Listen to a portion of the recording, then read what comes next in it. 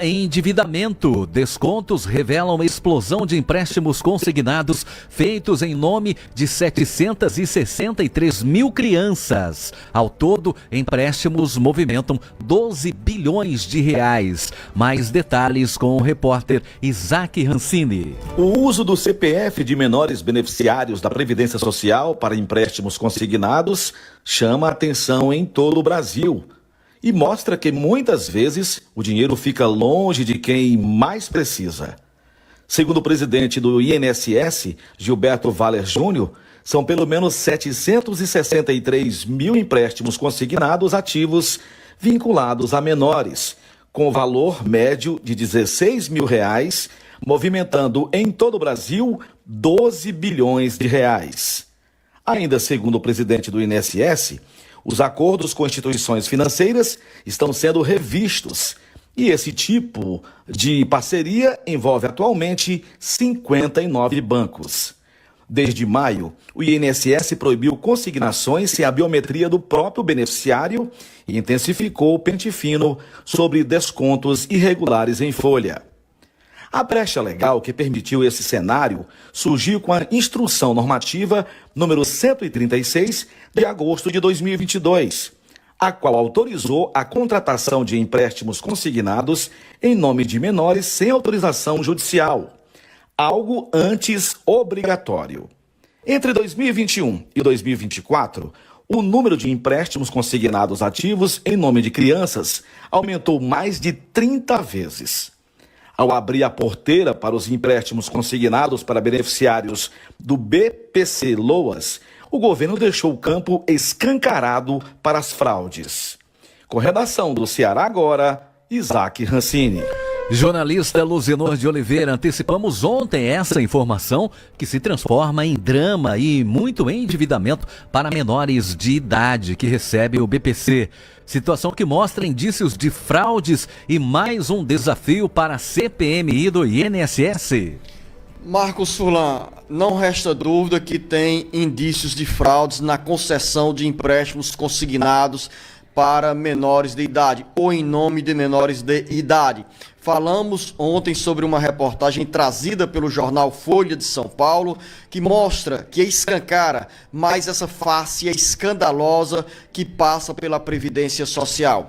Milhares e milhares de crianças em todo o Brasil, aqui no Ceará também, como detentoras de empréstimos consignados, empréstimos que são ofertados pelos bancos, pelas agências bancárias, e para quem é responsável pelos menores de idade, acaba usurpando dessa função de tutor, dessa responsabilidade, para tirar empréstimos consignados e deixar aquele CPF endividado.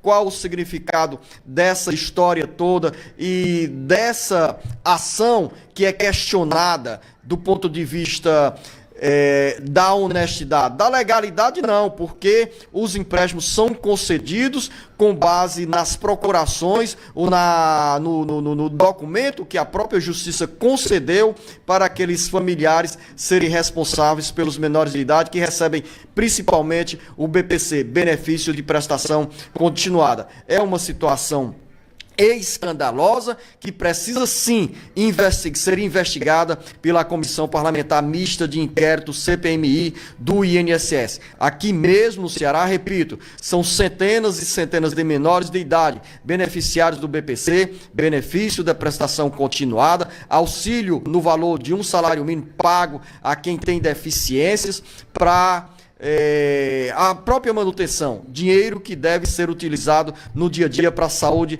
dessas crianças. Agora, esse dinheiro, quando vem por meio de empréstimo, é pouco provável que seja utilizado para o bem-estar dessas crianças.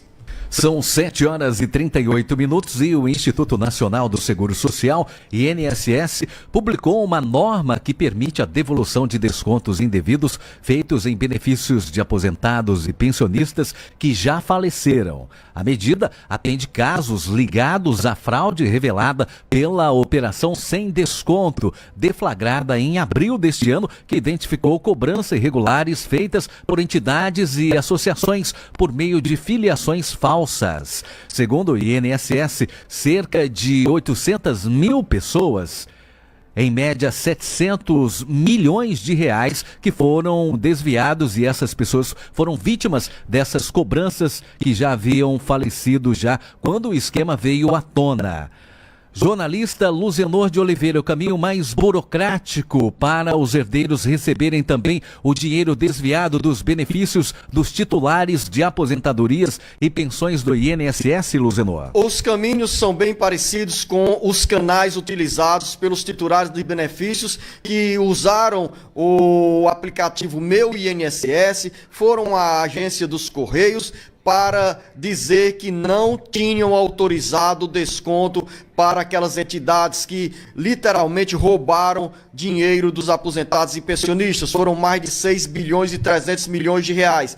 E nesse caso, Marcos Surlan, o governo federal, o Ministério da Previdência Social, estima que mais de 700 mil beneficiários, aposentados e pensionistas que morreram, que já vieram a óbito, acabaram sendo vítimas também da quadrilha ou das quadrilhas que fraudaram a Previdência Social, que fraudaram os benefícios de aposentados e pensionistas. Então, os herdeiros, aquelas pessoas que ficaram com a pensão, que ficaram com a aposentadoria e fazendo um levantamento que ao longo do tempo também tiveram descontos indevidos nesses benefícios, essas pessoas podem recorrer aos canais legais da Previdência Social para pedir o ressarcimento, dizer que o desconto foi ilegal e o ressarcimento virá. É um dinheiro que pode chegar na hora certa para muita gente. Então, nós temos aí milhares de pessoas também no Ceará que são herdeiras de beneficiários da Previdência Social que poderão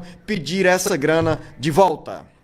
E ainda sobre a área da Previdência Social, mais de 1 milhão de segurados do INSS ainda não solicitaram o ressarcimento dos descontos indevidos. Como essas pessoas podem fazer, jornalista Luzenor de Oliveira, para receber esse dinheiro desviado pelas entidades sindicais? Continuar recorrendo, Marcos Surlan, aos canais da Previdência Social. Aqui no Bate-Papo Político, aqui na participação do advogado e professor Paulo Bacelar, sempre vem o conselho. Se os aposentados e pensionistas acham que esse ressarcimento não está à altura do dinheiro desviado, os caminhos da justiça também estão abertos para esse ressarcimento. Vamos mudar um pouco da nossa pauta, porque vamos falar da área da educação. O ministro da Educação, Camilo Santana, a presidente do FNDE, Fernanda Pacobaíba, e o governador Elmano de Freitas cumprem nesta semana uma intensa agenda de entregas de obras na área da educação.